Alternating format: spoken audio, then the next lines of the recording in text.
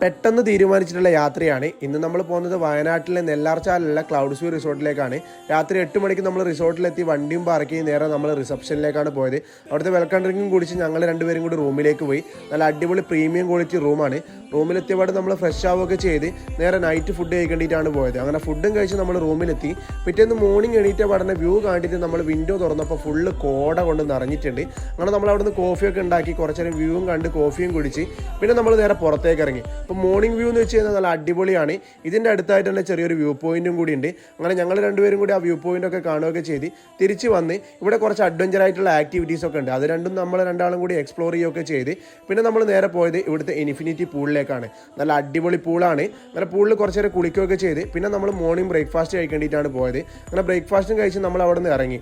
അപ്പോൾ വയനാട്ടിൽ നല്ല അടിപൊളി റിസോർട്ടൊക്കെ അന്വേഷിക്കുന്നവരാണെങ്കിൽ നേരെ ഇങ്ങോട്ടേക്ക് വന്നാൽ മതി. ഇതിൻ്റെ ഫുൾ ഡീറ്റെയിൽസും കാര്യങ്ങളൊക്കെ ഞാൻ ഇൻസ്റ്റാഗ്രാമിൽ ഇട്ടിട്ടുണ്ട്.